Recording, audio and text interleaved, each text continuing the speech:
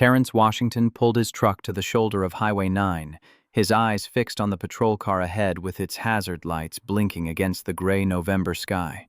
His daughter Maya sat in the back seat, 7 years and 3/4 old by her own careful count, her coloring book open on her lap. She looked up with the mild curiosity of a child who'd learned early that the world was full of small mysteries that adults handled without fuss. He knew the risks. A black man approaching a police vehicle on a lonely stretch of upstate New York highway. The calculations ran through his mind with the automaticity of long practice, hands visible, movements slow, voice even and deferential. But someone needed help, and Terry had never been able to drive past trouble without stopping. It was a trait his mother Ruth had tried to temper with caution, but some things ran too deep to unlearn. He stepped out slowly, hands away from his pockets, and began walking toward the cruiser. The officer turned around, removing her sunglasses, and the world stopped. 8 years collapsed into a single breath. Sophia Cruz, the woman who had vanished from his life without explanation, without warning, without mercy. His daughter watched through the window, humming softly to herself, completely unaware that her father's carefully buried past had just clawed its way back into the present on this cold afternoon. Terry approached with deliberate slowness, his hands never leaving his sides where she could see them. The afternoon light caught the frost on the grass beside the highway, and somewhere in the distance, a truck horn echoed across the valley. Sophia's expression flickered with something he couldn't name. Recognition, certainly, but beneath that, a complicated mixture of emotions that seemed to war across her features before settling into professional neutrality. Car trouble? His voice came out steady despite the chaos in his chest. Alternator, I think. She gestured toward the hood without taking her eyes off him. It just died. Radio's out, too. He nodded slowly. Mind if I take a look? She hesitated for just a moment, then stepped aside. As Terry leaned over the engine, he became acutely aware of the cars slowing as they passed, drivers craning their necks to observe the scene. A black man standing beside a police cruiser, a white female officer watching him. He could feel the weight of their assumptions pressing against his back like physical force. Every movement he made would be catalogued, interpreted, judged against a standard he'd spent his entire adult life trying to meet. Looks like a loose connection. His hands moved with practiced efficiency through the engine components. I've got some tools in my truck. He walked back to his vehicle, conscious of every step, every angle at which his body moved through space. Maya had pressed her face against the window, her breath fogging the glass. Her small hand waved at the officer, innocent and trusting in a way that made Terry's throat tighten. Daddy, is the police lady okay? She's fine, baby, just needs some help with her car. He retrieved his toolbox and returned to the cruiser. Sophia stood with her arms crossed, her posture rigid. She kept glancing at the passing vehicles, and Terry understood. She was worried, too, not about him, perhaps, but about how this looked, about what someone might assume, about how quickly a misunderstanding could spiral into something dangerous. They lived in different Americas, but in this moment, they both understood the precariousness of the tableau they created. You don't have to do this. Her voice was quiet, almost apologetic. I know. He worked in silence for several minutes, tightening connections and checking wires. The engine turned over on the first try, a clean sound that cut through the tension. That should hold until you can get it to a mechanic. Sophia nodded, but she didn't move toward her car. Her eyes drifted to his truck, to the small face still watching from the back seat with the concentrated attention children bring to unexpected events.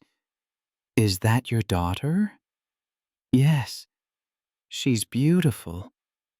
Before Terry could respond, Maya's voice rang out across the cold air. Daddy, I'm hungry. You said we'd get ice cream. Despite everything, the shock, the confusion, the anger that simmered beneath his carefully maintained composure, Terry felt his lips twitch toward a smile. Sophia laughed, a short sound that seemed to surprise her as much as it surprised him. Ice cream in November? She's persuasive. The tension between them shifted, softened by the innocent interruption. Sophia took a step closer to the truck, bending slightly to wave at Maya through the window. "Hi there. What's your name?" "Maya." The answer came with the confidence of a child who'd been taught to speak clearly and look people in the eye. "I'm 7 3/4. That's very specific. Daddy says specific is good." Sophia straightened, and when she looked at Terry again, some of the professional distance had faded from her eyes. What remained was harder to read. Memory, perhaps, or regret, or something more complicated than either. "Thank you for stopping." Anyone would have. They both knew that wasn't true. The statistics told a different story, one written in the careful distance most people maintained from anything that looked like it might complicate their day. Terry gathered his tools and walked back to his truck without looking back. As he pulled onto the highway, he glanced in the rearview mirror. Sophia stood beside her cruiser, watching them drive away, her figure growing smaller until a curve in the road took her from view. Maya was already talking about ice cream flavors. Mint chocolate chip was the best, she insisted, though she was willing to consider cookies and cream as a backup option. Terry barely heard her. His mind was 8 years in the past, standing in a small apartment in Albany, holding a ring he'd never had the chance to offer. Sophia hadn't just left, she'd disappeared. No note, no explanation, no forwarding address. One day she was there, laughing at his terrible jokes and stealing bites of his breakfast, and the next, she was gone, leaving behind nothing but questions he'd eventually stopped asking. And now she was back in Millbrook, wearing a badge, acting like they were strangers meeting on a roadside. Maybe that's what they were now. 8 years was a long time, long enough to build an entire life. Long enough, he'd thought, to bury the past so deep it could never surface. But some things didn't stay buried, no matter how much earth you piled on top. The farmhouse sat at the end of a gravel road, surrounded by 3 acres of land that Terry had worked for the past 6 years. The white paint was peeling in places, and the porch steps creaked with age, but it was his. Paid off 2 years early through careful saving and endless overtime at the garage where he worked as a mechanic. The land represented something more than property. It was autonomy, the ability to stand on ground that answered to no landlord, no corporation, no authority but his own labor and will. Maya bounded out of the truck and ran toward the front door, her ice cream long finished, her energy seemingly inexhaustible despite the late afternoon hour. Terry followed more slowly, his toolbox heavy in his hand. Maya's mother had left before the child's first birthday, a brief relationship born of loneliness and ended in mutual recognition that they'd never been more than 2 people trying to fill voids in each other's lives. Terry rarely spoke of her, and Maya, too young to remember, never asked. Some chapters closed themselves, and he'd learned not to force them open. His mother Ruth sat in her rocking chair on the porch, a wool blanket across her lap, despite the cold that nipped at exposed skin. She wasn't his biological mother. She'd taken him in at 15 when the foster system had all but given up on him, one more angry black boy in a system designed to process rather than nurture. Now 71, with arthritis in her hands and a heart that worked harder than it should, she remained the steadiest presence in his life, the axis around which his world turned. "You're late." Her voice held no accusation, just the mild observation of someone who'd learned to read the world through its small deviations from routine. "Got held up on Route 9. Trouble?" He set the toolbox down beside the steps, buying himself a moment to decide how much to say. "Nothing I couldn't handle." Ruth studied him with eyes that had always seen too much. She'd raised 5 foster children over the years, each one carrying their own particular wounds, and she'd learned to read the silences between words the way some people read books. Who was it? Terry looked out across the fields, brown and dormant in the November chill. In a few months, he'd plant again. Vegetables mostly, enough to sell at the farmer's market and keep the freezer full through winter. The work was hard, but honest, and it belonged to him in a way that working for someone else never had.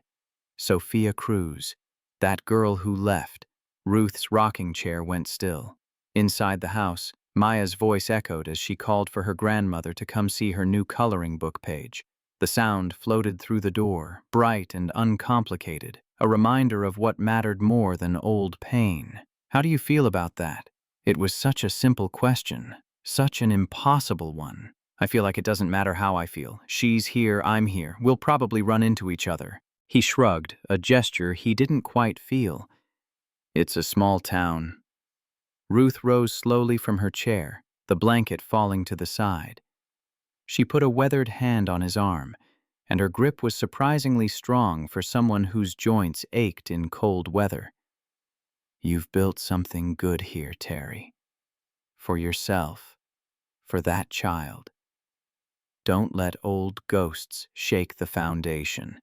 He helped her inside, where Maya was already spreading her coloring books across the kitchen table, a rainbow of waxy possibilities. As he started dinner, chopping vegetables with the methodical rhythm that always calmed his mind, he found himself thinking about the conversation he would need to have with his daughter someday. The talk. Every black parent knew it, that careful instruction about how to behave if stopped by police. Hands visible, voice calm. Yes, sir. No, sir. Don't make sudden movements. Don't argue, even if you're right. Survive first. Seek justice later, if at all. He'd been preparing for it, rehearsing the words in his head late at night when sleep wouldn't come. Maya was still young, still innocent, still saw the world in terms of good guys and bad guys, problems and solutions. He wanted to preserve that innocence as long as possible, to let her believe a little longer that fairness was the natural order rather than the exception. But today, standing on that roadside, he'd felt the old familiar tension, the awareness that his skin color preceded him into every interaction, shaped every assumption before he could speak a single word. He'd spent his adult life building a life of caution, working jobs where his skills spoke for themselves, avoiding bars and clubs, avoiding crowds, avoiding any situation that could spiral beyond his control. He'd built this farm not just for independence, but for safety. Here, on his own land, he could breathe without calculating angles and exit strategies. Here, Maya could run and laugh without him worrying that someone would call the police because a black child playing looked like a threat. But even here, the world found ways to remind him. A neighbor's suspicious glance, a car that slowed down as it passed, the driver's eyes tracking his movements across his own property. The weight of being always visible, always watched, always one misunderstanding away from catastrophe. Daddy? He looked up. Maya stood beside him, her small hand tugging at his sleeve. Can we have mac and cheese too? He smiled, pushing the heavier thoughts aside. We're having vegetables. Vegetables and mac and cheese? Just vegetables. Grandma says I should have mac and cheese because I'm a growing girl. From the living room, Ruth's voice called out with the practiced timing of someone who'd raised children for decades. Don't you put words in my mouth, child. Maya giggled, and the sound washed over Terry like warm water, dissolving the tension that had knotted in his shoulders since the moment he'd recognized Sophia on that roadside. This was why he'd built this life, this moment, this laughter, this small person who looked at him like he hung the moon and stars. Whatever Sophia's return meant, whatever old wounds it might reopen, he wouldn't let it touch this. He'd protect Maya from the complications of adult mistakes and ancient heartbreak.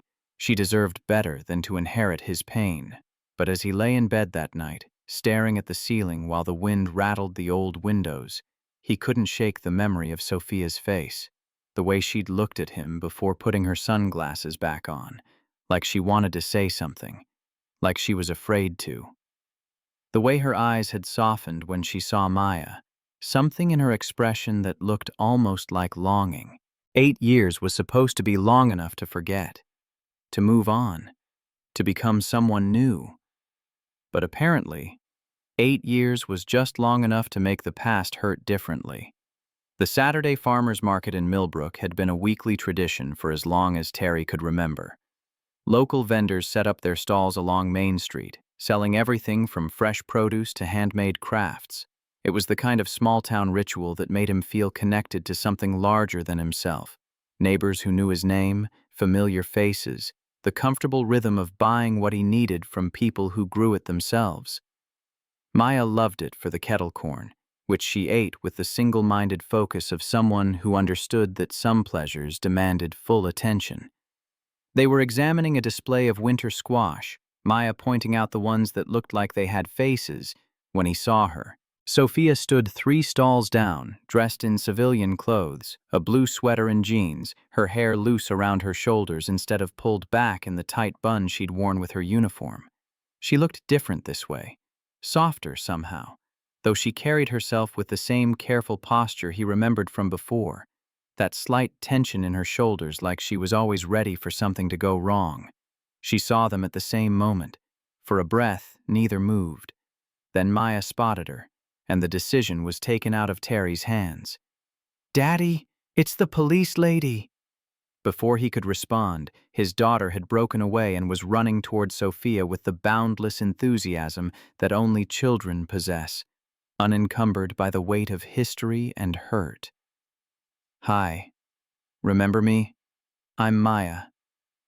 Sophia knelt down to Maya's level, a genuine smile crossing her face, something in her expression easing in a way Terry hadn't seen in their roadside encounter. "Of course I remember you. The ice cream girl.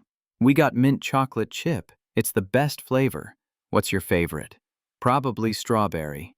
Maya wrinkled her nose with the absolute certainty of a child who knew her own mind. "That's a boring choice."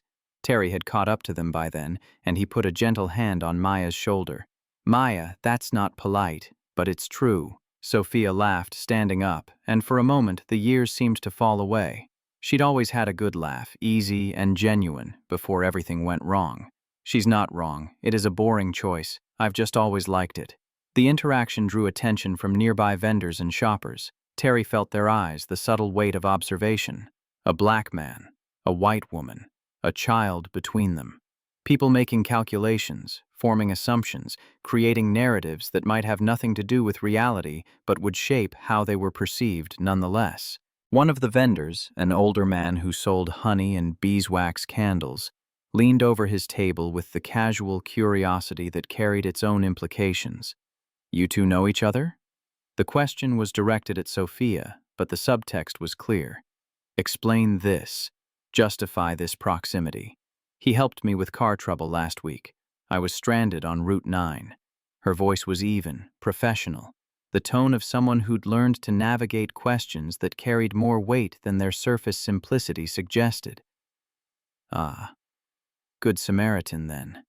The vendor nodded, but his eyes lingered on Terry a moment too long, that particular kind of attention that felt like assessment.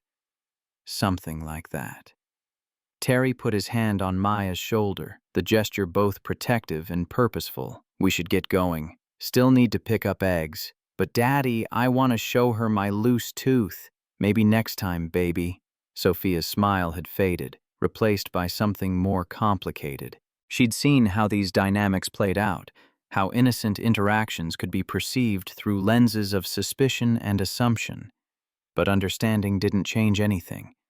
It just meant you knew what you were walking into. "It was good to see you, Maya." She said the child's name like she was testing it, learning the shape of it in her mouth. "You too, Terry." His own name came out differently, weighted with history and things unsaid. He nodded once and guided his daughter away, Maya chattering about everything and nothing. The cool weather, the pumpkins still on display from Halloween, the dog she'd seen tied up outside the coffee shop.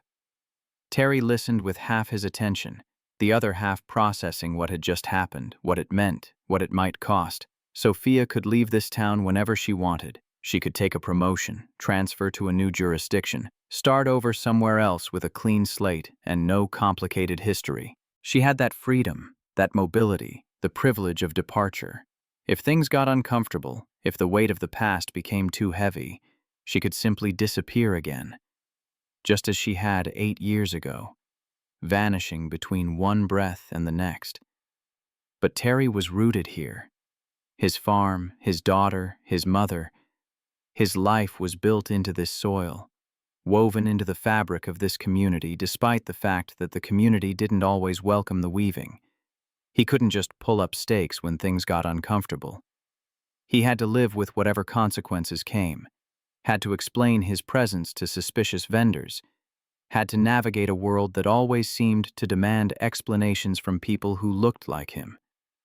That was the cost Sophia never had to pay, the burden she probably never even thought about when she'd walked away 8 years ago. "Daddy, you're squeezing my hand too hard." He loosened his grip immediately, looking down at his daughter, her eyes wide with concern that no 7-year-old should have to feel. "Sorry, baby. Are you okay?" He managed a smile, the kind parents learn to manufacture when children need reassurance more than truth.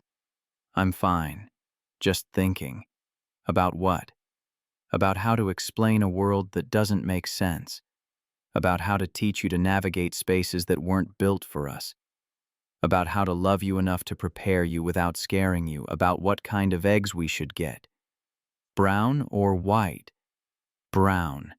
They look like chocolate. They don't taste like chocolate. I know, but they could if you believed hard enough. He laughed despite himself, and the weight on his chest eased slightly. This child, this impossible, wonderful child who thought brown eggs might taste like chocolate if you just believed strongly enough. She made everything bearable, gave meaning to the careful construction of his days. But as they paid for their eggs and walked back to the truck, Terry caught sight of Sophia one more time. She stood alone beside her car, watching them go, and the look on her face was one he couldn't quite decipher, something that might have been regret, or longing, or simply the recognition that some doors, once closed, could never be fully reopened. The expression stayed with him long after they'd driven home, an image that surfaced in quiet moments when his mind wandered from the task at hand. The knock came on a Tuesday afternoon, unexpected and deemed unwelcome. Terry had been fixing a broken fence post when the patrol car pulled up his driveway, dust rising behind its tires in the cold November air. He watched it approach with his hammer still in hand, a cold knot forming in his stomach. Official visits rarely brought good news, and a patrol car climbing his driveway in the middle of a workday suggested complications he didn't need. Sophia stepped out in full uniform this time, professional and distant, her face carefully neutral. "Mr. Washington." The formality cut like a knife. Mr. Washington. Like they were strangers, like she hadn't once known every inch of him, every hope and fear he'd carried. "Officer Cruz. Something wrong?" "Just doing a routine check. There's been some property theft in the area. We're making rounds to all the farms." He didn't believe her. There had been no reports of theft that he'd heard, and in a town this small, news traveled fast, especially news that involved potential threats to property. But he couldn't call her a liar without proof, so he gestured toward the land with his free hand. "You're welcome to look around." She walked the perimeter of his property, clipboard in hand, making notes that Terry suspected said nothing at all, or perhaps everything that mattered. He followed at a distance, aware of Maya watching from the window, her small face pressed against the glass, and Ruth standing on the porch with her arms crossed, her expression unreadable. His neighbor Gerald Patterson had come out onto his own porch, coffee cup in hand, watching the scene unfold like it was entertainment provided for his benefit. Gerald had never been outright hostile, but he'd also never been friendly. He occupied that uncomfortable middle ground of polite suspicion that Terry had learned to navigate, the man who waved from a distance but never stopped to talk, who kept his yard immaculate and seemed to time his outdoor activities to coincide with Terry's, as if monitoring what happened on the property next door. Terry had never given him cause for concern, but concern seemed to be Gerald's default setting where his black neighbor was concerned. Everything looked secure, no signs of forced entry or suspicious activity. Sophia had returned to where he stood, her inspection apparently complete. Glad to hear it. She didn't leave. She stood there, her patrol car idling behind her eyes searching his face for something he wasn't sure he could give or wanted to offer. "Can I ask you something off the record?" He waited, hammer heavy in his hand, aware of Gerald still watching from his porch like a sentinel guarding against unnamed threats. "Have you ever thought about leaving this place? Starting over somewhere else?" The question hit harder than she probably intended, or maybe she knew exactly what she was asking. Maybe that was the point, to see if he'd considered escape, if he'd thought about running the way she had. "This is my home. My daughter's home. My mother's home. Why would I leave? I don't know. Sometimes people outgrow places, move on to something better." "Better than what?" His voice rose slightly, years of careful control slipping. "Better than land I own outright? Better than a community where I've built a life, where people know my name and my daughter goes to school with kids she's known since kindergarten?" He shook his head slowly, deliberately. "Not everyone has the luxury of just picking up and leaving when things get complicated, officer. Some of us have to stay and deal with whatever comes." The words hung between them, charged with 8 years of silence and unanswered questions. Sophia's jaw tightened, a muscle jumping beneath her skin. "That's not fair.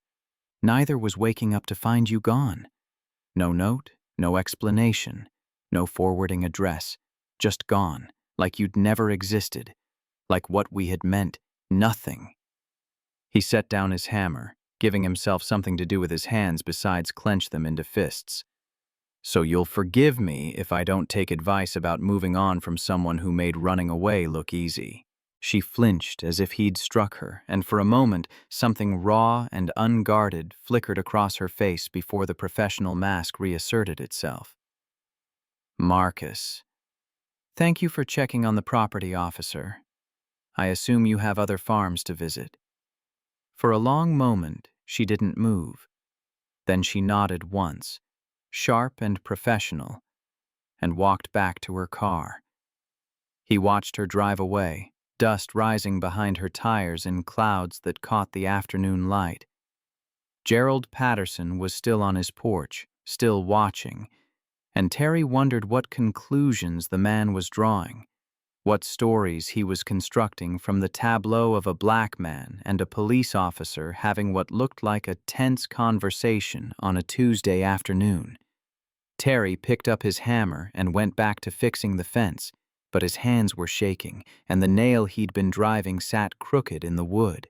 He pulled it out and started again, focusing on the simple mechanics of wood and metal, the satisfaction of making something secure.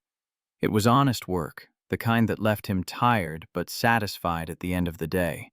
The kind of work that made sense in a world that so often didn't.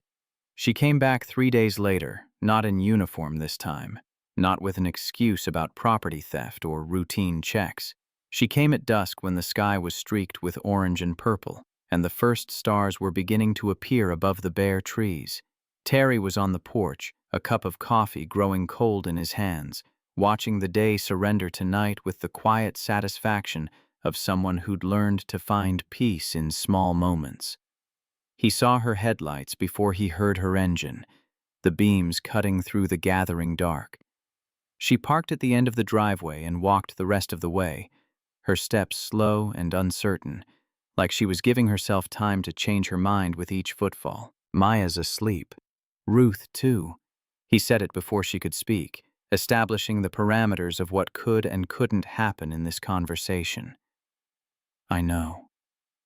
I waited. She stood at the bottom of the porch steps, her arms wrapped around herself against the evening chill. The distance between them felt both vast and fragile, like something that could be crossed or shattered depending on what came next. "I owe you an explanation." 8 years overdue, but I owe you one. You don't owe me anything. Yes, I do. And I think you know that. He said nothing. The silence stretched between them, filled with cricket song and the distant sound of a car on the highway, life continuing its relentless forward momentum regardless of their small drama. Sophia took a breath, and when she spoke, her voice was steady despite the tremor Terry could see running through her frame. When I left, I was pregnant. The words fell like stones into still water. Terry felt the ripples move through him, disrupting everything he thought he knew, rearranging the landscape of memory and pain into new configurations he didn't have words for yet. I found out 2 weeks before I disappeared. I was terrified. We weren't married. We'd never talked about kids, about the future beyond next week or next month, and I knew what it would mean for you. What are you talking about? His voice came out rougher than he intended, scraped raw by shock. I'm talking about the way people looked at us when we were together. The comments, the assumptions. I saw how hard you worked to be above reproach, how careful you were to never give anyone a reason to doubt you, to question your character or your intentions. She shook her head, and in the dim light from the porch, he could see tears on her face. I couldn't add to that. A mixed baby. An unmarried black father in a town where people already watched you like you were waiting to make a mistake. I thought I was protecting you by leaving, by not making your life harder than it already was. Terry sat down his coffee cup. His hands were trembling again, but for different reasons now. Anger and grief and a bewildered hurt that felt like it might crack his chest open. And the baby? Sophia's face crumpled, and it was the first time he'd seen her cry in 8 years, the first time she'd let him see past the armor she'd constructed. I lost it. 8 weeks after I left, I was alone in a motel room in Pennsylvania, and I started bleeding. And by the time I got to the hospital, she couldn't finish. She didn't have to. The rest of the sentence hung in the air between them, heavy with loss and loneliness and a grief she'd carried alone because she'd chosen to carry everything alone. Terry wanted to feel angry. He'd felt angry for so long, nursed that anger like a flame that kept him warm through cold nights when he woke up reaching for someone who wasn't there. But looking at her now, broken and shaking at the bottom of his steps, he felt something else entirely. Not forgiveness, not yet, but something like understanding of the terrible choices people make when they're scared. You should have told me. I know. You should have let me decide what I could handle, what I was willing to risk. I know. God, Terry, I know. I've spent 8 years knowing, 8 years carrying it like stones in my pockets. She wiped her face with the back of her hand in a gesture that was somehow both childlike and ancient. I thought about coming back so many times, but the longer I stayed away, the harder it got. And then I heard you had a daughter, that you'd built this life, and I thought maybe you were better off without me dragging you back into the past. You don't get to make that choice for me. No, I don't. I never did, but I was young and stupid and scared, and I made the choice anyway. They stood there as the stars brightened overhead, the temperature dropping as night settled in fully. Terry felt the anger draining out of him, leaving something raw and hollow in its place. Not forgiveness, he wasn't ready for that, might never be ready for that, but something like the exhausted recognition that they'd both been hurt by her choice, both been damaged by the explosion she'd set off when she walked away. Why are you telling me this now? Because I'm tired of running. Because seeing you again made me realize I never actually dealt with any of it. I just buried it and kept moving, kept taking jobs in different towns, kept telling myself distance was the same as healing. She looked up at him, her eyes red but steady. I'm not asking for forgiveness. I'm not asking for anything. I just needed you to know the truth, to understand that I didn't leave because I didn't care. I left because I cared too much and didn't trust myself to stay. He nodded slowly, processing, trying to find solid ground in the earthquake of revelation. Okay. Okay, I know. I don't know what to do with it yet, but I know." She seemed to accept that. She turned to leave, then stopped, her back still to him. "For what it's worth, and I know it's not worth much after 8 years, I didn't leave because I didn't love you. I left because I did, and I was afraid of what that love would cost you. That wasn't your fear to carry. No, it wasn't." She walked back to her car, and Terry watched her go, the taillights disappearing around the bend. He was alone with the night and his cold coffee and a grief he hadn't known he was entitled to feel, mourning not just what was lost but what might have been if she'd trusted him enough to stay, to let him choose his own burdens. He sat there for a long time, thinking about a child who never existed, a future that never came to be, the weight of decisions made in fear. Dorothy's voice drifted from the doorway behind him, gentle and knowing. "You want to talk about it?" "Not yet. All right. I'll be inside when you're ready." He wasn't sure he'd ever be ready, but the truth was out now, sprawled between them like wreckage, and he'd have to find a way to live with it. The night deepened, and somewhere in the house, Maya murmured in her sleep, safe and warm and unaware of the complicated grief being sorted on the porch below her window. That innocence was worth protecting, worth preserving for as long as possible. Whatever came next, he'd make sure it didn't touch her world. The memory came back that night, as Terry knew it would, summoned by Sophia's confession like a ghost he'd worked 8 years to banish. He was 26 again, standing in the small kitchen of his apartment in Albany, the ring hidden in his jacket pocket where it had burned like a coal all through dinner. He'd saved for 8 months to afford even that modest diamond, skipping lunches and working double shifts at the garage. He'd planned everything down to the smallest detail, reservations at her favorite restaurant, a walk through Washington Park where they'd first kissed, the question he'd rehearsed until the words felt smooth as river stones in his mouth. But Sophia had come home that evening with something heavy in her eyes, something that made the ring in his pocket feel suddenly foolish. She'd stood in their tiny living room, arms wrapped around herself like she was holding pieces together. "We need to talk." Those 4 words, the universal harbinger of endings. He'd been so stunned by the weight behind them that he hadn't even managed to ask what she meant. What had changed between morning coffee and evening darkness? "I can't do this anymore. I'm sorry, I just can't." Then she was gone. Not that night, but soon after. He came home from work 3 days later to find her closet empty, her toothbrush missing from the bathroom, the space where her keys hung by the door suddenly vacant.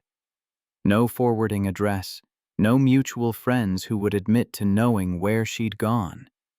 He'd spent 6 months trying to find her, calling everyone whose number he had, driving to places they'd talked about visiting, checking hospitals and police stations with a growing terror that something terrible had happened. But she hadn't been taken. She'd chosen to disappear, vanished like smoke, and eventually he'd had to accept that she didn't want to be found. The ring had sat in his dresser drawer for 3 years before he finally sold it, using the money to make a down payment on the farmhouse. At least land didn't leave in the middle of the night. Now, lying in his bed with the truth finally revealed, he understood what had driven her away.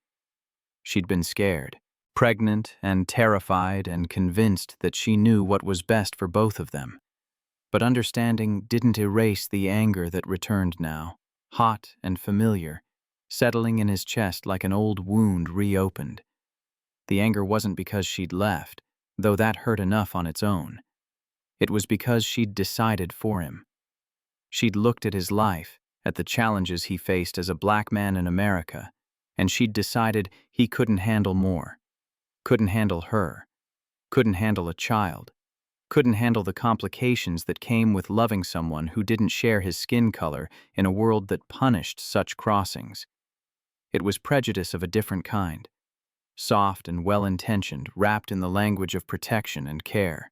But it was still the assumption that he needed to be shielded from his own choices, that he was too burdened by his blackness to bear additional weight. She'd infantilized him under the guise of love, made decisions about his capacity and his future, without ever giving him the chance to choose for himself. He'd never asked to be protected from himself. He'd only ever asked to be trusted, to be seen as a whole person capable of deciding what risks were worth taking, what burdens were worth carrying. But Sophia had looked at him and seen someone to be saved rather than someone to be loved as an equal, and that was its own kind of violence. A small knock pulled him from the spiral of his thoughts. "Daddy?" He sat up quickly, pushing the anger down where Maya wouldn't see it. "What is it, baby? Bad dream?" Maya stood in the doorway, her stuffed elephant clutched to her chest, her eyes wide with the particular vulnerability of a child woken by fear. "Can I sleep with you?" "Of course." She climbed into bed beside him, her small body warm against his side, and he pulled the covers over both of them. Her hair smelled like the lavender shampoo Ruth insisted on using, and her breathing was already starting to slow. Reassured by proximity. What was the dream about? Monsters. They were chasing me and I couldn't run fast enough. "There are no monsters here, baby. I promise. I check every night. But how do you know?" "Because I check everywhere. Under the bed, in the closet, behind the curtains. It's the first thing I do when I come upstairs. Making sure you're safe is the most important job I have." She was quiet for a moment, processing this with the seriousness children bring to matters of safety and trust. "Daddy? Yes? The police lady. Is she nice?" Terry thought about Sophia standing at the bottom of his steps, tears on her face, carrying 8 years of grief like stones in her pockets. "I think she's trying to be." Trying? Sometimes people make mistakes, and then they have to work hard to be better. That's what trying means.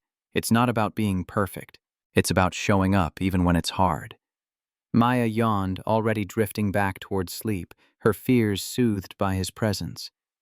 "I hope she figures it out." "Me too, baby. Me too." She was asleep within minutes, her breathing deep and even, but Terry lay awake for hours. Maya's words echoed in his mind with the particular clarity that children's observations sometimes carry. "I hope she figures it out." He hoped so too, for her sake, and for reasons he wasn't ready to examine. But hope felt dangerous, like opening a door he'd spent years learning to keep locked. The rumor reached him through Ruth, who'd heard it at church from Eleanor Mitchell, who'd heard it from her daughter who worked at the police station. Sophia had been offered a promotion, lieutenant position in Syracuse, starting in the new year. It was a significant step up from her current role in Millbrook, the kind of opportunity that didn't come along often in small-town law enforcement. Good opportunity. Ruth said it carefully over Sunday dinner, watching Terry's face the way she'd learned to read his moods across the years. Big city. Better pay, probably. Terry continued washing dishes, his movements mechanical, each plate rinsed and placed in the rack with deliberate precision. Good for her. You don't mean that. I don't know what I mean. Ruth dried the plate he handed her, her arthritic fingers moving with practiced care despite the pain that lingered in every joint. That girl is running again. Different direction maybe, but running all the same. Some people never learn to stand still long enough to deal with what hurts. It's not my business what she does. She made that clear 8 years ago. It is if you want it to be. He turned off the water and stood there, hands dripping, staring out the window at the dormant fields. In a few months, they'd come alive again with new growth, the eternal cycle of death and resurrection that farming demanded. But right now, everything looked dead, stripped down to essentials, waiting. I don't know what I want. How am I supposed to know what I want when she could disappear again tomorrow? When the first thing gets hard or complicated, she'll run. That's what she does. Maybe. Or maybe she's learned something in 8 years. People change, Terry. Not always for the better, but sometimes they do. He didn't respond. Couldn't find words that didn't feel like lies or wishes dressed up as certainties. Ruth didn't push, just continued drying dishes in companionable silence, letting him work through whatever storm was building in his chest. That evening, while putting Maya to bed, She ambushed him with a question he wasn't prepared for. "Daddy, is the police lady going to leave? What makes you ask that?" "I heard Grandma talking to Mrs. Mitchell after church. She said the lady might move away." Terry tucked the blanket around her shoulders, buying himself time to formulate an answer that was both honest and appropriate for a 7-year-old. "Some people move away for their jobs. It's normal. Grown-ups have to make decisions about work and where they live, but you didn't move away." "No, I stayed here. Why? Because this is where I belong, where we belong. This land, this house, Grandma Ruth. This is our home. Some people need to move around to find where they fit, but I already knew." Maya was quiet for a moment, her small face serious in the dim light from her nightstand lamp. "Is the police lady like the other grown-ups?" "What do you mean?" "The ones who say they'll come back but don't. Like Miss Patterson, who said she'd bring me cookies and never did, or Mr. Reynolds, who said he'd fix my bike and then moved to Florida without telling anyone." The examples were small, inconsequential, in the grand scheme of adult failures, but Terry understood what she was really asking. Can I trust this person? Will she hurt me if I let her in? Is it safe to care? I don't know, baby. I really don't know if she'll stay or go. That's her choice to make, not ours. Oh. She pulled her elephant closer, and something in the gesture made Terry's chest tighten. I hope she's not like them. She has a nice smile. It makes me feel like things might be okay. He kissed her forehead and turned off the light, but her words followed him out of the room like small ghosts. She has a nice smile. His daughter was already getting attached, already building expectations that could be shattered if Sophia decided Syracuse offered more than Millbrook ever could. He'd spent years teaching Maya to be careful, to protect her heart, to not expect too much from people who hadn't earned trust through consistent presence. And here was Sophia, with her nice smile and her complicated history, threatening to undo all of that careful instruction. He found Ruth in the living room, reading her Bible by lamplight, her reading glasses perched on her nose. "You think I should talk to her?" Ruth looked up from scripture, marking her place with one gnarled finger. "I think you already know what you should do. You're just scared to do it. I've spent my whole life being careful, avoiding situations that could blow up in my face.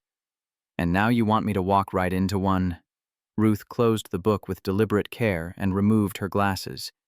"Being careful kept you alive, Terry. That's true, and I won't minimize that. But there's a difference between caution and hiding, between protecting yourself and never letting anyone pass the walls you've built." She set the Bible aside and folded her hands in her lap.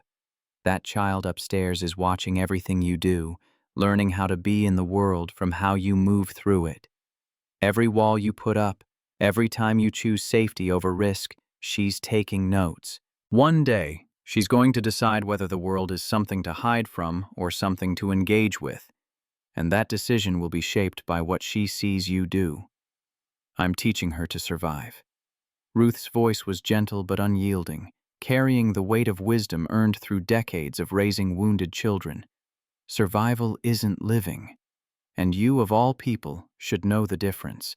He had no answer for that, nothing that didn't feel like a justification for cowardice dressed up as prudence. Ruth opened her Bible again, giving him permission to leave without judgment. Talk to her, or don't. But make the choice because it's what you want, not because you're afraid. Fear is a teacher, not a master, and the lesson it teaches is where the dangers are, not how to live. 2 weeks before Christmas, a week that saw the first real snow of the season, Elena appeared at his door again. This time, she didn't wait for dusk. She came in the middle of the afternoon while Maya was at school and Ruth was napping, as if she'd calculated the exact moment when her arrival would cause minimum disruption. Terry was splitting wood for the fireplace when her car pulled up, and he set down the axe with the resigned awareness that this conversation had been inevitable since the moment she'd told him about the baby they'd lost. She stood on his porch with her hands in her jacket pockets, looking younger somehow, smaller than she had in uniform or even in civilian clothes at the farmer's market. I turned it down. She said it without preamble, without easing into the topic. The promotion? Yes. Why? She was quiet for a moment, her breath visible in the cold air, choosing her words with visible care. For 8 years, I've been running from the worst moment of my life. Different cities, different jobs, always moving forward because I was afraid of what would happen if I stopped. Afraid that if I stood still long enough, the grief would catch up and drown me. She looked at him directly, and her eyes held something he hadn't seen before. Not quite resolve, but the beginning of it. The seed of determination taking root. When I came back here, I told myself it was just another assignment, another step on the ladder. But then I saw you on that road, and I realized I'd been running in circles, always coming back to the thing I was trying to escape, like a dog on a chain. So you're staying because of me? No. The word came out firm, almost sharp. That's what I came to tell you. I'm not staying because of you. I'm staying because for the first time in my life, I want to face what I did instead of running from it. I want to see if I can be the kind of person who stays, who deals with the hard things instead of disappearing when it gets complicated. Terry studied her face, the nervousness in her eyes, yes, but beneath it something steadier. Not quite courage, but the willingness to try, which was perhaps its own form of bravery. What do you want from me? Nothing. I'm not asking for forgiveness or a second chance or anything else. I just wanted you to know that I'm here, and I'm not going anywhere. You can trust that or not, but I'll keep showing up either way. It wasn't a declaration of love. It wasn't a promise of reconciliation or even friendship. It was something smaller and, in a way, more honest. The simple statement that she would be present, that departure was no longer her default response to difficulty. Okay. The word felt inadequate, but it was all he had. Okay. Yeah. Okay. She nodded once, accepting the limitations of what he could offer, and turned to go. But at the bottom of the steps, she stopped without turning around. For what it's worth, I think you're an incredible father. That little girl is lucky to have you. Whatever else I messed up, I'm glad you found your way to being a dad. You're good at it, in a way I never could have been. I'm the lucky one. Sophia smiled over her shoulder, that smile Maya had noticed, and walked to her car. She didn't look back this time, but she didn't have to. Something had shifted, some fundamental rearrangement of the landscape between them that made the past feel less like a wound and more like a scar, healed over, permanent, but no longer bleeding. That evening, Ruth sat him down at the kitchen table with the deliberate formality that signaled an important conversation coming. I want to tell you something about what it means to raise a child in fear. Terry waited, knowing that when Ruth used that tone, the wise thing was to listen rather than argue or deflect.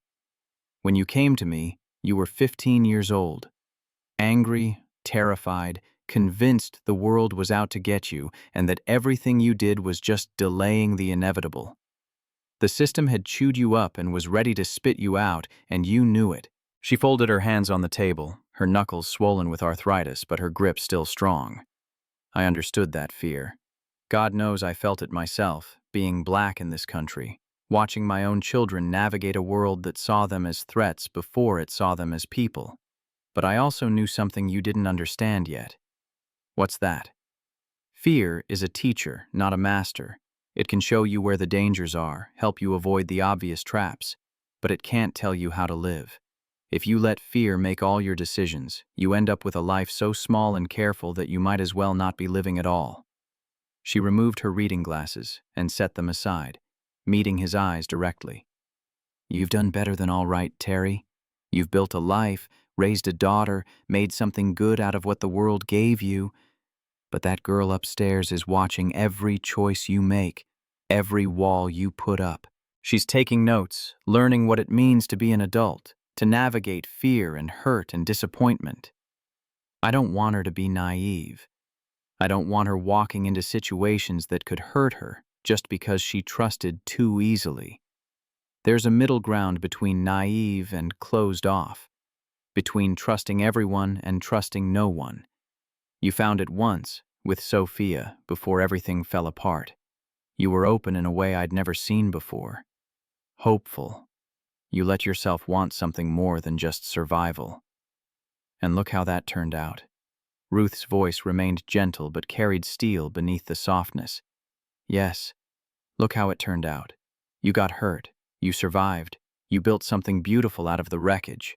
And now you have a chance to show your daughter that getting hurt doesn't have to mean closing the door forever, that staying open to possibility is worth the risk of pain. She reached across the table and took his hand, her grip surprisingly firm. That woman made a terrible mistake. She knows it.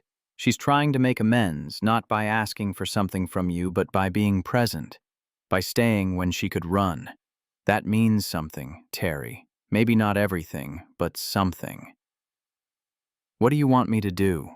I want you to stop teaching Maya that the world is dangerous and start teaching her that it's complicated and beautiful and worth engaging with despite the risks.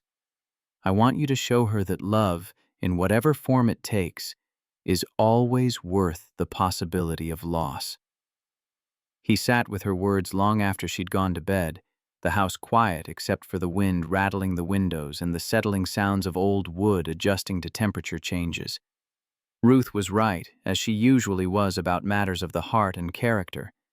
He'd spent so long building walls that he'd forgotten what it felt like to let someone in, to risk the devastation that came with caring too much. The next morning, he did something he hadn't done in 8 years. He picked up the phone and called Sophia before he could talk himself out of it. "Would you like to come to dinner?" "Tomorrow night."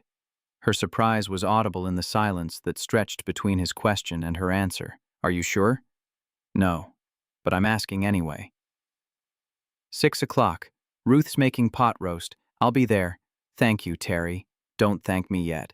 I don't know what this is or what it means. I just know that Maya asked about you, and Ruth thinks I'm teaching her to hide from the world. So we'll have dinner and see what happens. That's all I'm asking for. A chance to show up. 3 months later, spring had come to Millbrook with the sudden enthusiasm that always surprised Terry, despite experiencing it every year. The snow melted, revealing the first green shoots in the fields, and the air carried the promise of warmth after months of bitter cold. Maya was out of school for spring break, spending her days helping Ruth in the garden or playing with the dog they'd finally adopted in February, a mutt from the shelter that Maya had named Biscuit, for reasons only a child could understand. Sophia came by most evenings now, not every night and not with any formal arrangement, just frequently enough that her presence had become part of the rhythm of their lives. She never pushed, never asked for more than Terry was willing to give. She helped with dishes, played board games with Maya, listened to Ruth's stories about the old days with the attentiveness of someone genuinely interested rather than someone marking time. She was present in the simplest, most profound way, showing up consistently, doing the small, unglamorous work of building trust through accumulated moments rather than grand gestures. There were no declarations of love, no promises of forever, just the quiet demonstration that she could be relied upon, that departure was no longer her first response to difficulty. One evening in late May, Terry was closing up the barn after feeding the animals when he heard footsteps on the gravel. Sophia's car was parked in the driveway. She'd stayed for dinner again, the third time that week, but instead of leaving after helping with dishes like she usually did, she'd followed him outside. The sun had set an hour ago, and the sky held that deep blue darkness that came just before true night.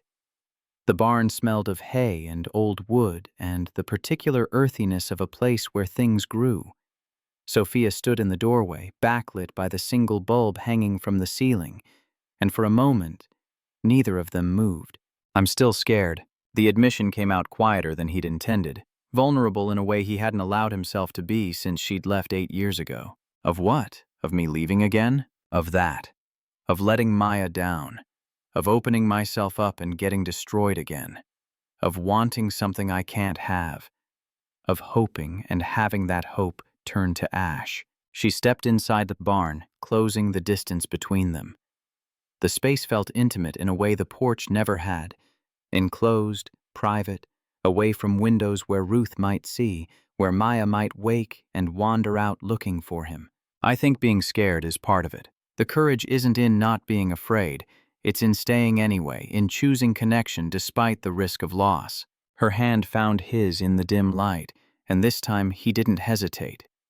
He pulled her closer, and when she looked up at him, her eyes held something he hadn't seen before. Not just longing or regret, but certainty. That's what you taught me by letting me back into your lives. You could have shut the door, could have said I'd lost my chance, but you stayed open, and that takes more strength than running ever did. He thought about all the ways he'd taught himself to be careful over the years, to avoid risk, to build walls high enough that nothing could hurt him. But walls kept everything out, including the things worth letting in. Joy and connection, and the messy beauty of letting people see you fully. I'm staying too. The words felt important, like a promise he was making not just to her, but to himself, in case that wasn't clear. I'm not running, I'm not hiding, I'm not protecting myself into isolation. I'm here, and I'm willing to see where this goes. It wasn't actually clear, thank you for saying it. They stood there in the quiet of the barn, holding hands in the half-darkness, while the spring wind whispered through the gaps in the old boards. Somewhere in the house, Maya was safe and sleeping. Ruth was probably reading her Bible by lamplight.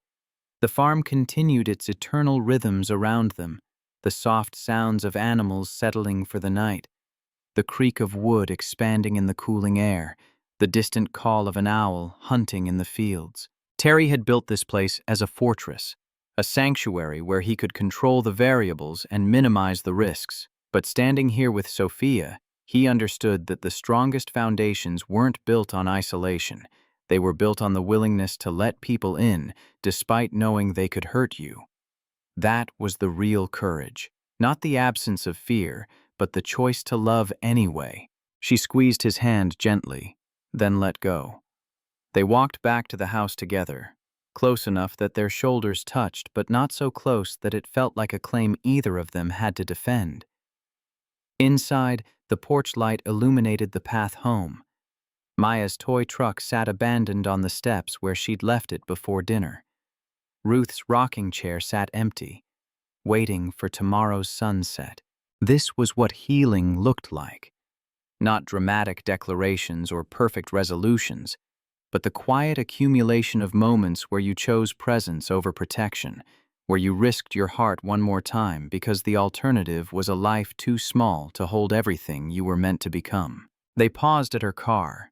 Sophia turned to face him, and in the dim light from the porch, her expression was tender. Same time next week. Same time next week. She drove away, and Terry stood in the driveway watching her taillights disappear around the bend, feeling something like peace settle over him. The barn behind him, the house in front, the land spreading out in all directions. All of it felt different now. Not safer exactly, but more alive, more real, more worth fighting for. He didn't know what the future held. No one ever did, but they were building something together, slowly, carefully, honestly. And sometimes that was enough. The last image was one Terry knew he'd carry with him for years, pulling it out in difficult moments like a talisman against despair. A Sunday afternoon in late May, warm sunlight spilling across the weathered boards of the farmhouse porch. Ruth in her rocking chair with a glass of lemonade sweating in her hand, her eyes closed, her face peaceful. Maya on the steps with Biscuit, teaching the dog a trick that involved more treats than actual training, her laughter bright and uncomplicated.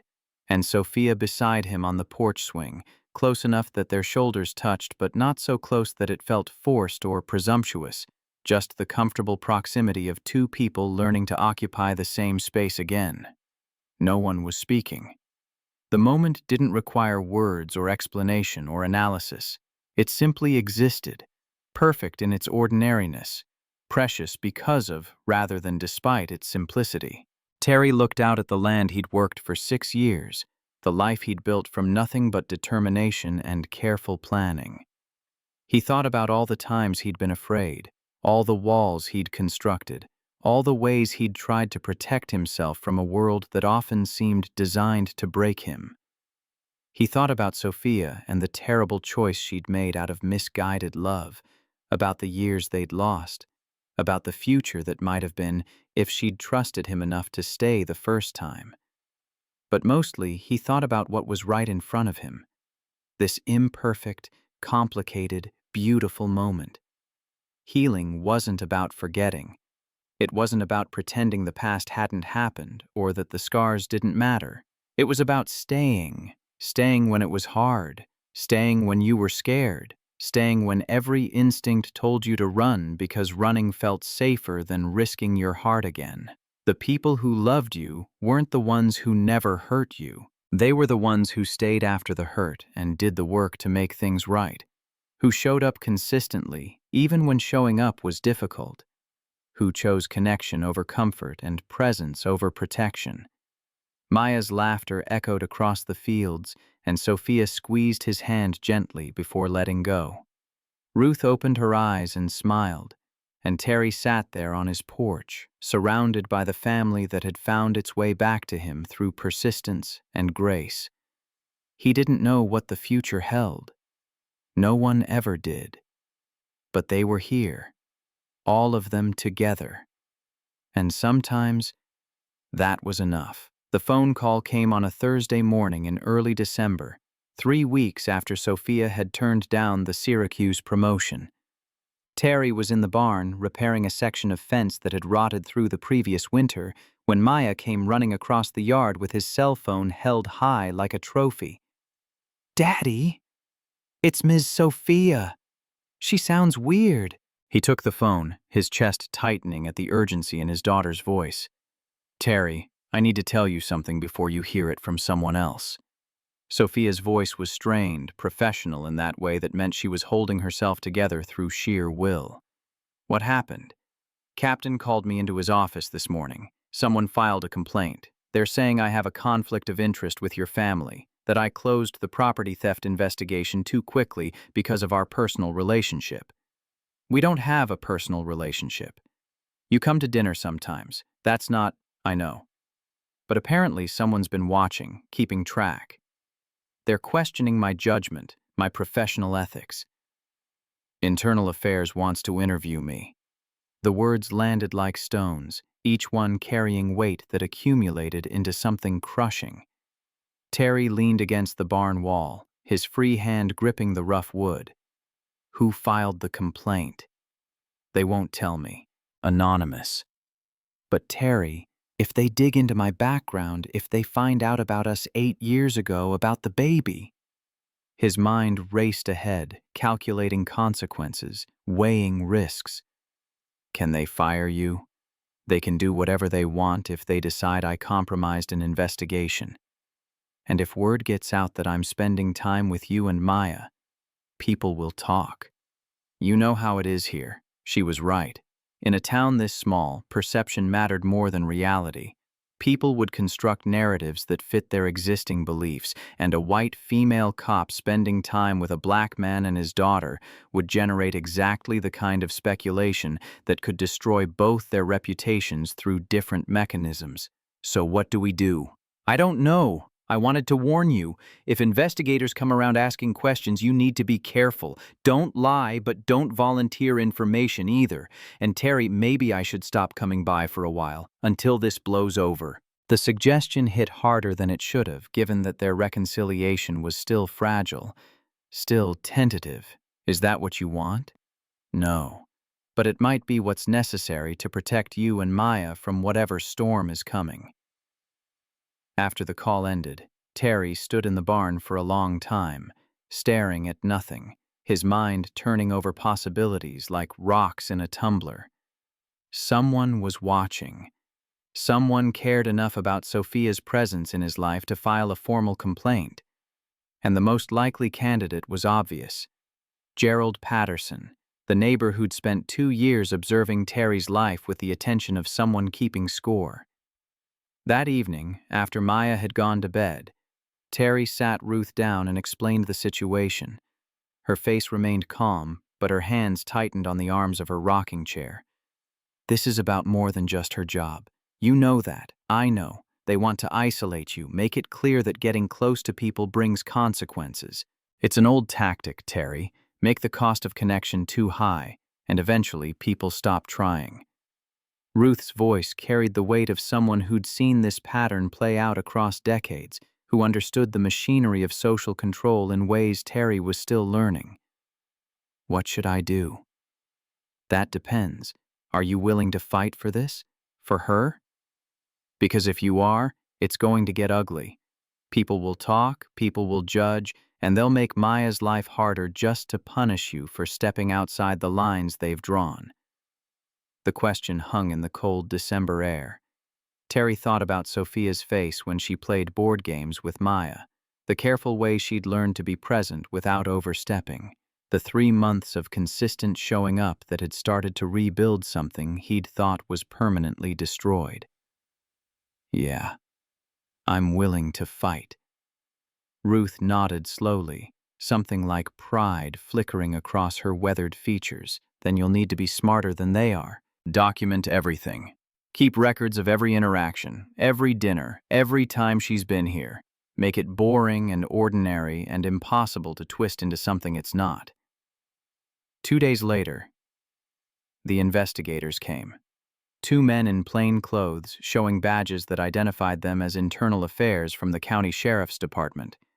They sat in Terry's living room with notebooks open, asking questions that felt designed to trap rather than illuminate. How long have you known Officer Cruz? 8 years. We were in a relationship before she moved away. She came back to town 3 months ago and we've been reconnecting. Would you characterize your current relationship as romantic? No. She comes to dinner with my family sometimes.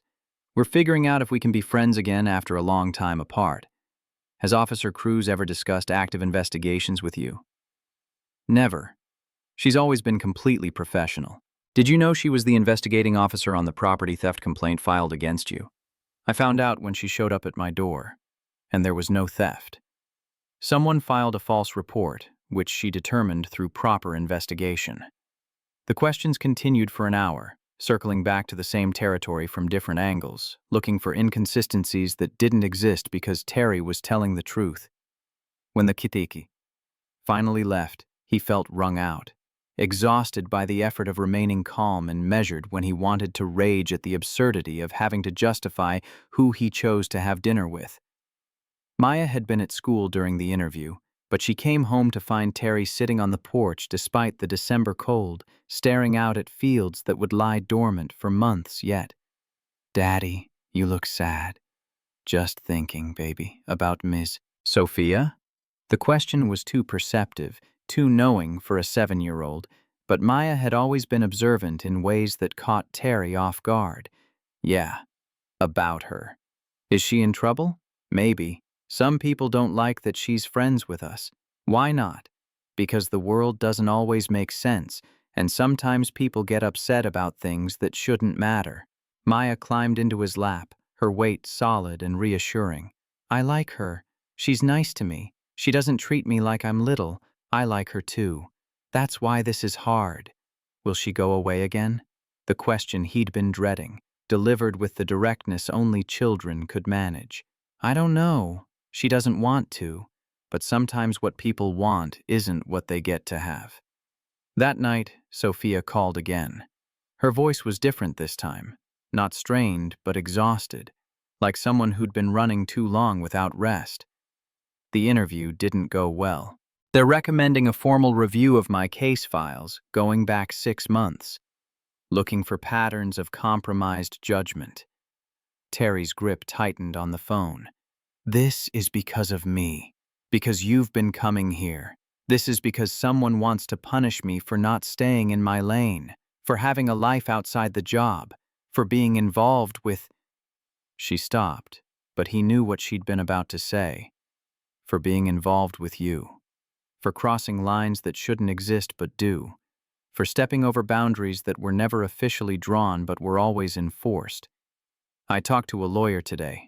Union rep recommended him. He says if I want to fight this, I need to prove that my personal life hasn't affected my professional judgment. Which means, I know what it means, you need distance. Documentation that you're not compromised. I don't want distance." The words came out fierce, almost angry. I'm tired of running, tired of letting fear make my decisions. But Terry, if I fight this and lose, I lose everything. My job, my pension, my reputation. And you get dragged through it, too. Maya gets dragged through it. So we stop. We go back to being strangers who helped each other once on a roadside. Is that what you want? No. But wanting doesn't seem to matter much right now. The silence stretched between them, heavy with all the things they couldn't say, all the futures being foreclosed by forces beyond their control. "Give me a week. Let me talk to my lawyer, figure out what our options are. Then we'll decide together. Not you deciding for me, not me deciding for you. Together. Okay. Together." The week that followed felt like living in suspension, waiting for a verdict that hadn't been rendered yet. Sophia didn't come by, and her absence created a hole in their routine that Maya noticed immediately. "Is Ms. Sophia sick?" "No, baby. She's just busy with work. Will she come for Christmas?" "I don't know yet. We'll see." But Christmas was only 2 weeks away, and Terry could feel the deadline approaching like a storm front, bringing either resolution or destruction. He threw himself into preparing the farm for winter, reinforcing the barn roof, stacking firewood, making sure the pipes were insulated against the coming freeze. Physical work that exhausted his body but couldn't quiet his mind. Ruth watched him with knowing eyes but said nothing, letting him work through whatever he needed to work through in his own time. She'd always understood that some things couldn't be rushed, that healing and decision-making followed their own timeline regardless of external pressure. On the 7th day, Sophia showed up unannounced. Not at dinner time, but mid-afternoon, when Maya was at school and Ruth was visiting a friend in town. She stood on the porch in civilian clothes, her face showing the strain of the week they'd spent apart. "I talked to my lawyer.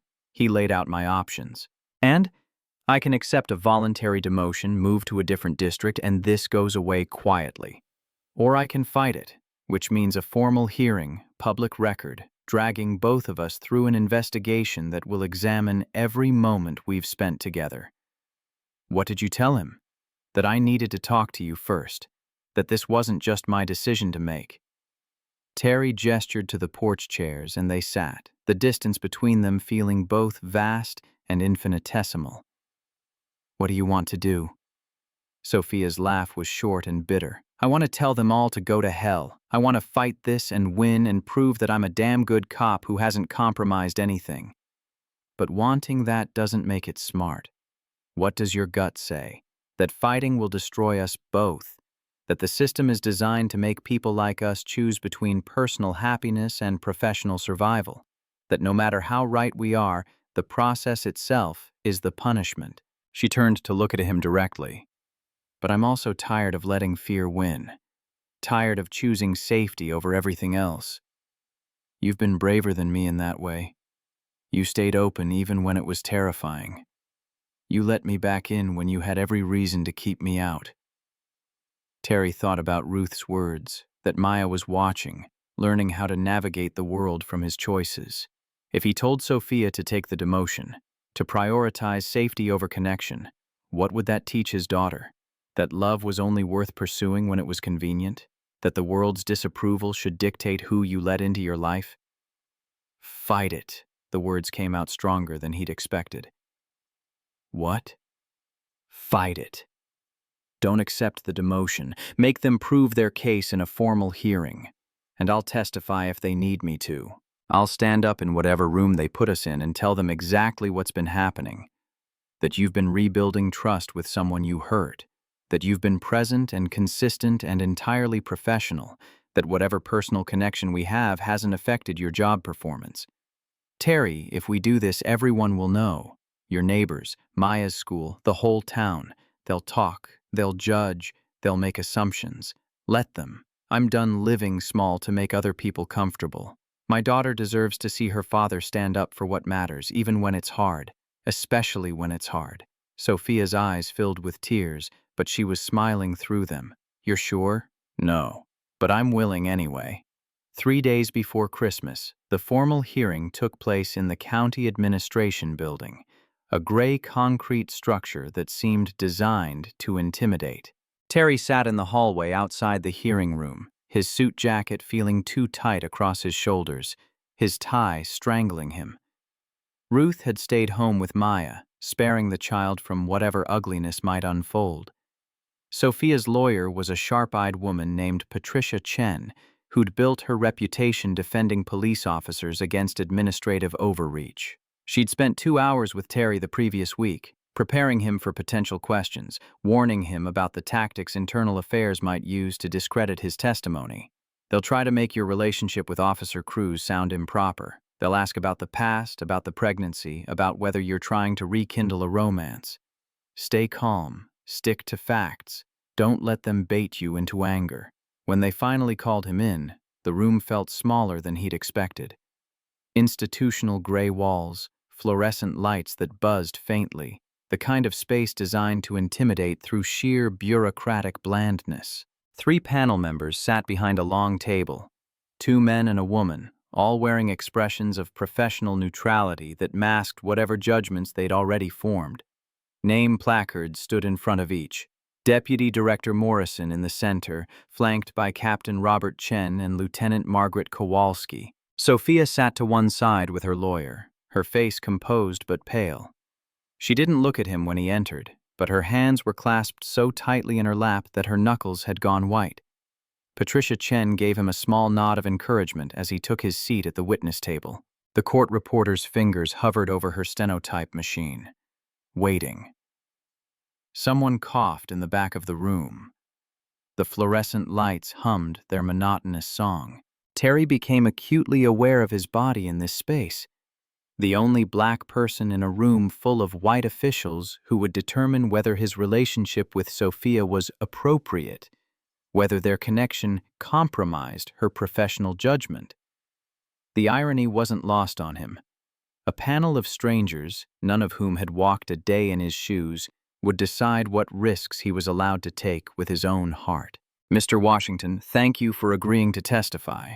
The woman in the center, Deputy Director Morrison, according to the nameplate, spoke with the careful courtesy that often preceded an interrogation. Can you describe the nature of your relationship with Officer Cruz? We were involved romantically 8 years ago. She left without explanation. When she returned to Millbrook 3 months ago, we encountered each other by chance. Since then, she's been coming to my home occasionally for dinner with my family. We're rebuilding trust and trying to determine if friendship is possible after what happened.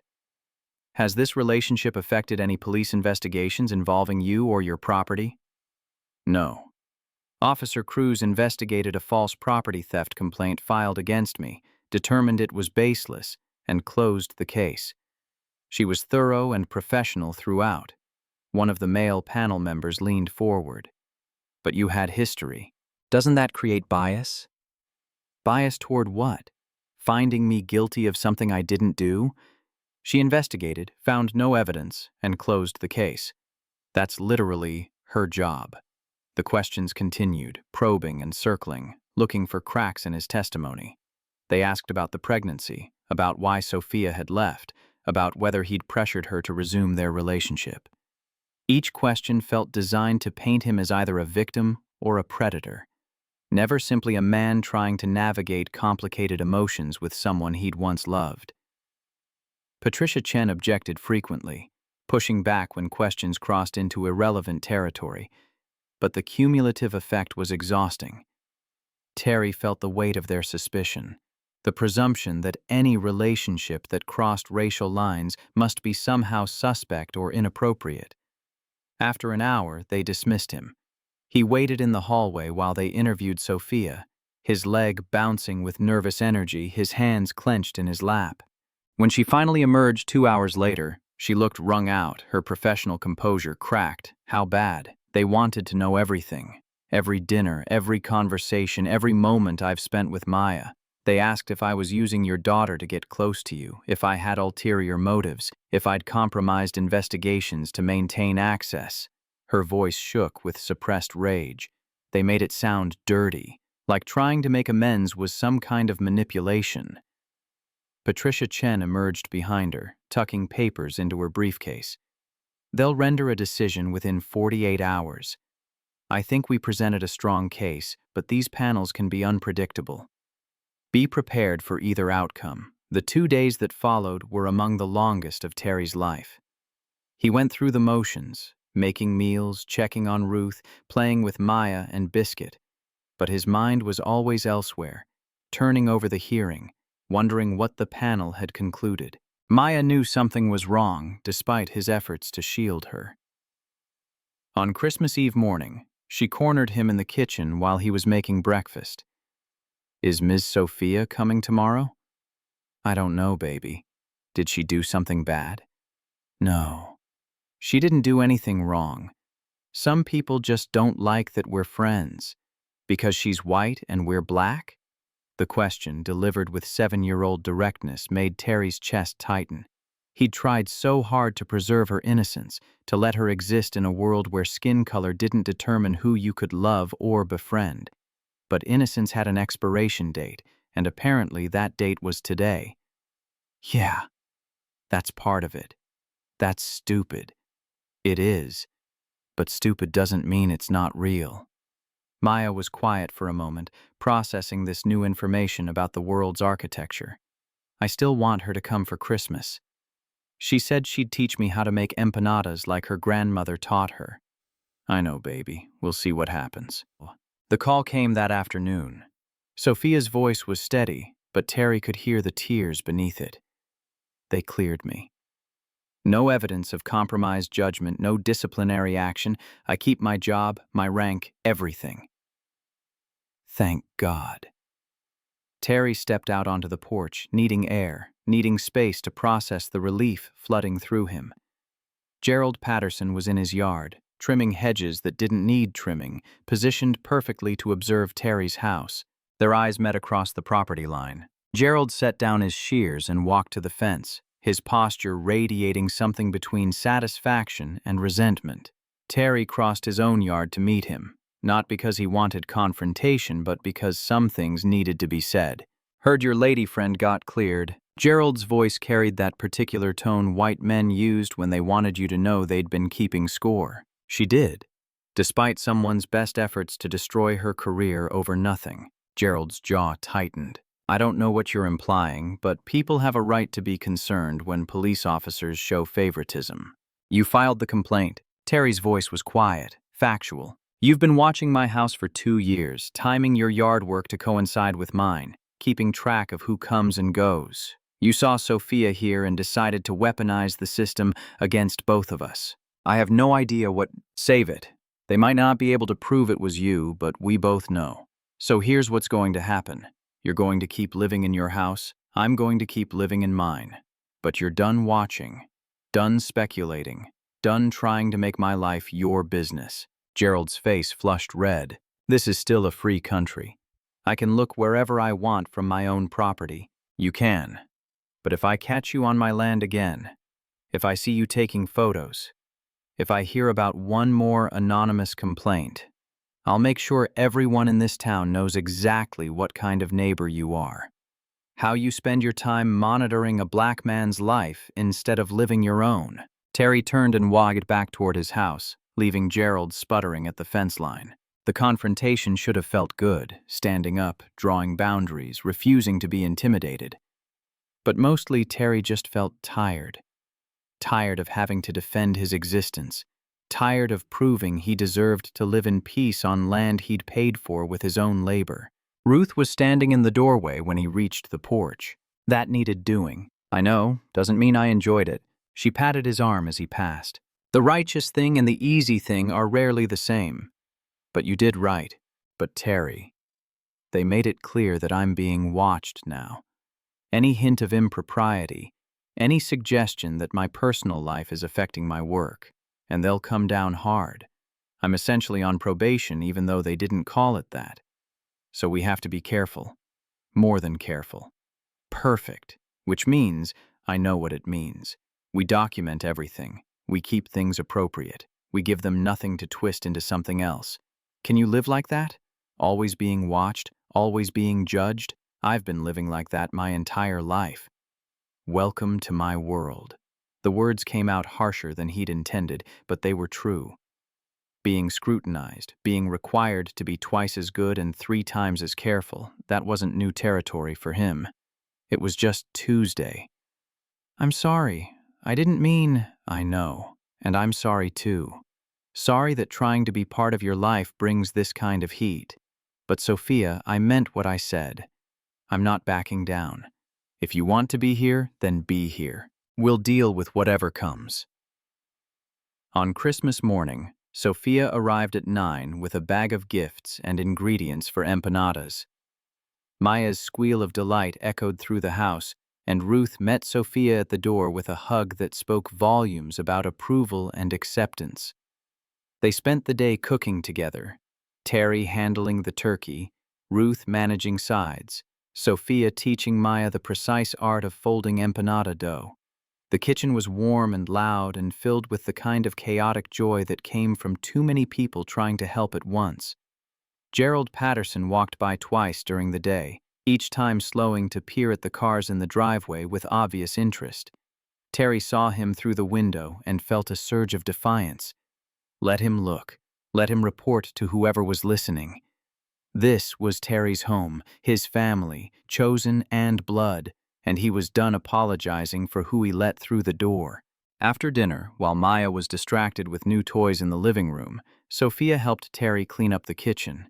They worked in comfortable silence for a while, falling into a rhythm that felt both new and familiar. I got you something. She pulled a small wrapped box from her pocket. You didn't have to do that. I know. But I wanted to. Inside was a simple silver compass, no bigger than a coin, engraved with coordinates. What is this? The coordinates for this house. Your home. I had it made because... She paused, searching for words. Because I need something to remind me where I belong now. That running isn't an option anymore. That I found my way back and I need to stay. Terry's throat tightened as he turned the compass over in his palm, feeling the weight of the gesture. I don't have anything for you. Yes, you do. You let me come back. You let me try again when you had every right to slam the door in my face. That's the only gift I needed. From the living room, Maya's laughter rang out, and Ruth's voice joined in, the two of them wrapped up in whatever game they'd invented. Sophia turned toward the sound, her expression soft. She's an incredible kid. She is. You did that. You gave her stability and love and a foundation solid enough that she can be joyful despite everything the world throws at black children in this country. That's not nothing, Terry. That's everything. I had help, Ruth mostly, but yeah, we did okay. More than okay. They finished the dishes in silence, and when they returned to the living room, Ruth was already nodding off in her chair, exhausted by the day's excitement. Maya immediately claimed Sophia's attention, pulling her down to the floor to explain the intricate rules of the game she'd been playing with Biscuit. Terry sat on the couch and watched them together. His daughter and the woman who'd broken his heart and was slowly, carefully putting it back together through consistent presence. It wasn't perfect, it wasn't uncomplicated, but it was real, and real was all that mattered in the end. That evening, after Maya had been carried to bed and Ruth had retired to her room, Terry and Sophia sat on the porch despite the December cold. The stars were sharp and bright overhead, and their breath made clouds in the frigid air. Thank you for today, for including me, for letting me be part of this. Where else would you be? Alone in my apartment, probably, drinking too much wine and feeling sorry for myself. Well, we couldn't have that. She laughed, and the sound was lighter than he'd heard in months. Terry, I need to ask you something. Okay, where's this going? Us, I mean. Are we working towards something, or are we just seeing what happens? He'd been wondering the same thing, but hadn't found the courage to ask. I don't know. I'm still scared. Still waiting for you to leave. But I'm also... What? Hopeful. which is terrifying because hope hurts worse than despair when it gets crushed. I'm not going to crush it. I'm going to protect it like it's the most valuable thing I have. They sat in silence for a while, close enough that their shoulders touched, both of them staring out at the land that had become Terry's refuge and fortress. I'm not ready to say I love you again. Not yet. That word carries too much weight, too much history. I know, I'm not asking for that, but I care about you, more than I probably should, given everything. And I want to see where this goes if we're brave enough to let it. Brave enough. She repeated the words like they were foreign, turning them over to examine from all angles. I spent 8 years being a coward, running from the hardest thing that ever happened to me. Maybe it's time to try the opposite, to stand still and deal with what hurts. That's all any of us can do. Stand still and deal with it and hope that standing is enough. 3 months later, spring returned with the same enthusiasm it always brought to upstate New York. The snow melted into mud, and the fields began showing signs of life. Small green shoots pushing through dark earth, the eternal miracle of things growing despite winter's best efforts to kill them. Sophia came by twice a week now, sometimes in uniform if she was ending a shift, sometimes in civilian clothes if it was a day off. Maya had stopped referring to her as Ms. Sophia and started calling her just Sophia, a small change that felt significant in ways Terry couldn't quite articulate. One Saturday in late March, Sophia helped Terry prepare the vegetable beds for planting. They worked side by side, turning earth and mixing in compost, their hands getting dirty in a way that felt both literal and metaphorical. I've been thinking about what you said, about being scared, yeah? I'm scared too. Every day. Scared I'll mess this up. Scared you'll realize I'm not worth the trouble. Scared the department will find some new reason to question my judgment. But you're staying anyway. But I'm staying anyway. Maya ran across the yard with Biscuit, both of them covered in mud, both of them radiating the kind of pure joy that only children and dogs could manage. She stopped when she saw them working. Can I help plant? You can help me with the tomatoes in a bit. Let us finish preparing the beds first, okay? She ran off again, and Sophia watched her go with something wistful in her expression. Does she know about the baby I lost? No. I didn't think it was my story to tell.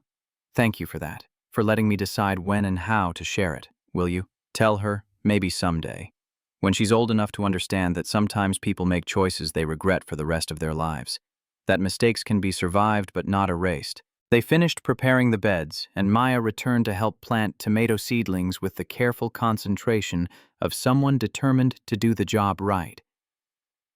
Sophia showed her how to make holes the right depth, how to gently remove the plants from their containers without damaging the roots. Terry watched them together and felt something shift in his chest. Not forgiveness exactly, because forgiveness implied completion, an ending. This was something more ongoing, more active. The choice to keep building despite the cracks in the foundation. The decision that what they were creating together mattered more than what had been destroyed. That evening, after Sophia had left and Maya was in bed, Ruth caught Terry on the porch. That woman loves you. Maybe. Or maybe she loves the idea of making things right. Don't sell yourself short. And don't sell her short either.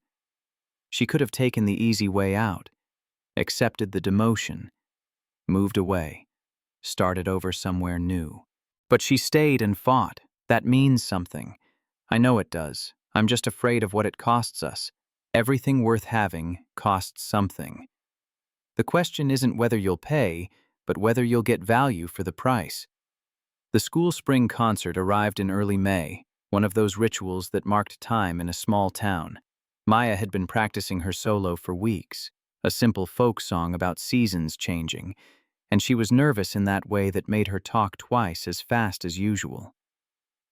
Will you both come? She looked between Terry and Sophia with eyes that held more hope than a 7-year-old should have to carry. Both of us? Yes. Daddy and Sophia. together. The request was simple but weighted with implications. Showing up together meant claiming the relationship publicly, making it visible to everyone in town who'd been speculating and gossiping. It meant Maya would be identified as the child with the complicated family situation, the black girl whose father was involved with a white cop. Terry looked at Sophia, seeing his own uncertainty reflected back. "What do you think?"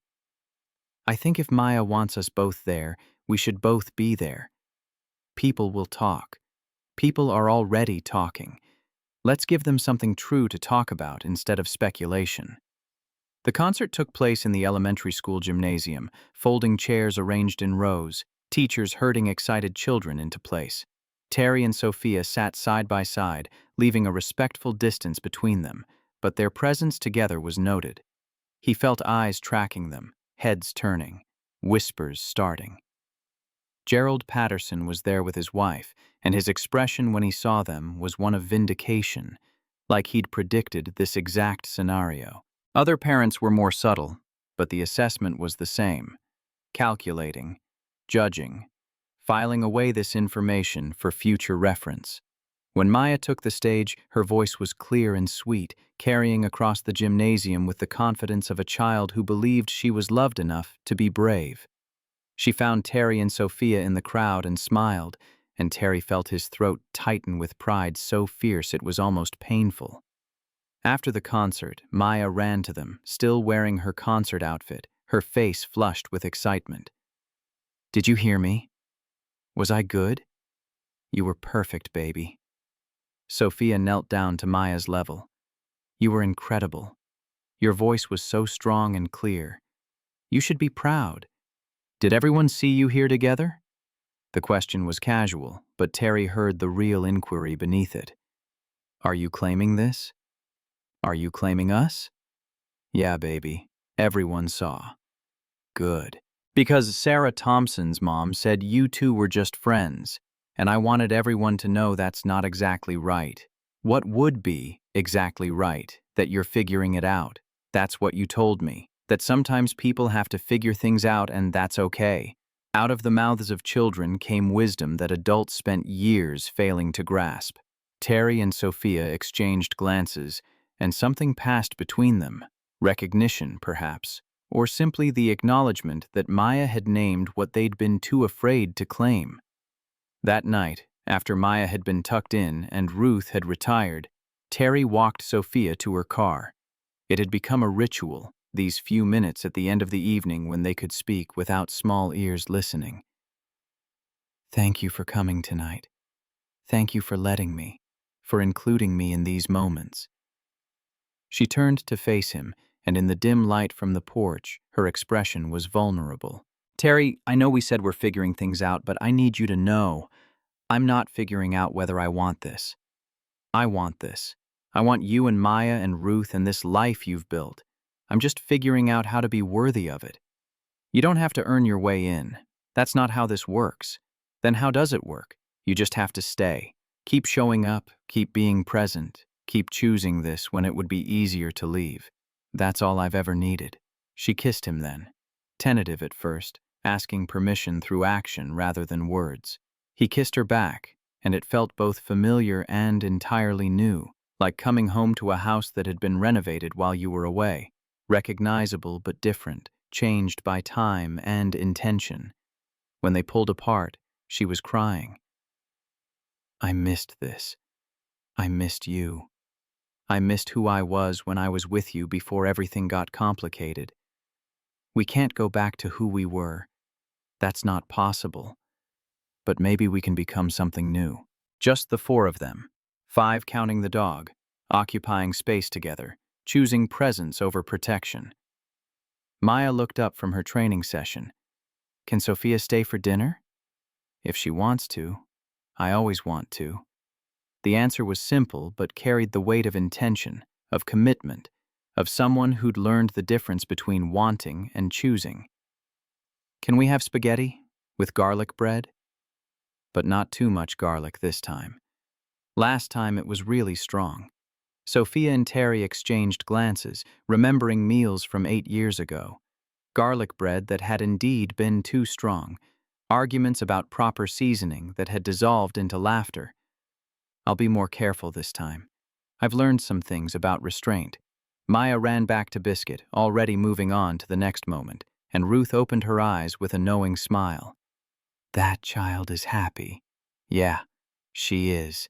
Terry looked at the life he'd built, the land, the house, the family both born and chosen. He thought about all the ways he'd been afraid, all the walls he'd constructed, all the careful calculations designed to keep pain at bay. But walls kept everything out, including joy, including connection, including the messy, beautiful work of loving imperfect people who were trying their best. Healing wasn't about forgetting, it was about integration, taking the broken pieces and arranging them into new patterns, patterns that acknowledged the cracks while refusing to be defined by them. It was about staying when every instinct screamed to run, about choosing vulnerability over safety, about believing that connection was worth the risk of loss. The people who loved you weren't the ones who never hurt you.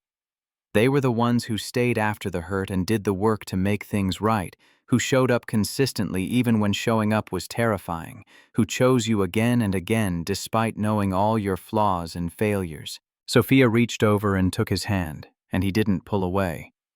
Ruth smiled with her eyes still closed. Maya's laughter echoed across the fields. The sun continued its slow descent toward evening, and the world kept turning, indifferent to their small drama, but somehow more beautiful because they'd chosen to witness it together. He didn't know what the future held. No one ever did, but they were here, all of them, choosing this moment and the next and the one after that. And sometimes, most times, really, that was enough.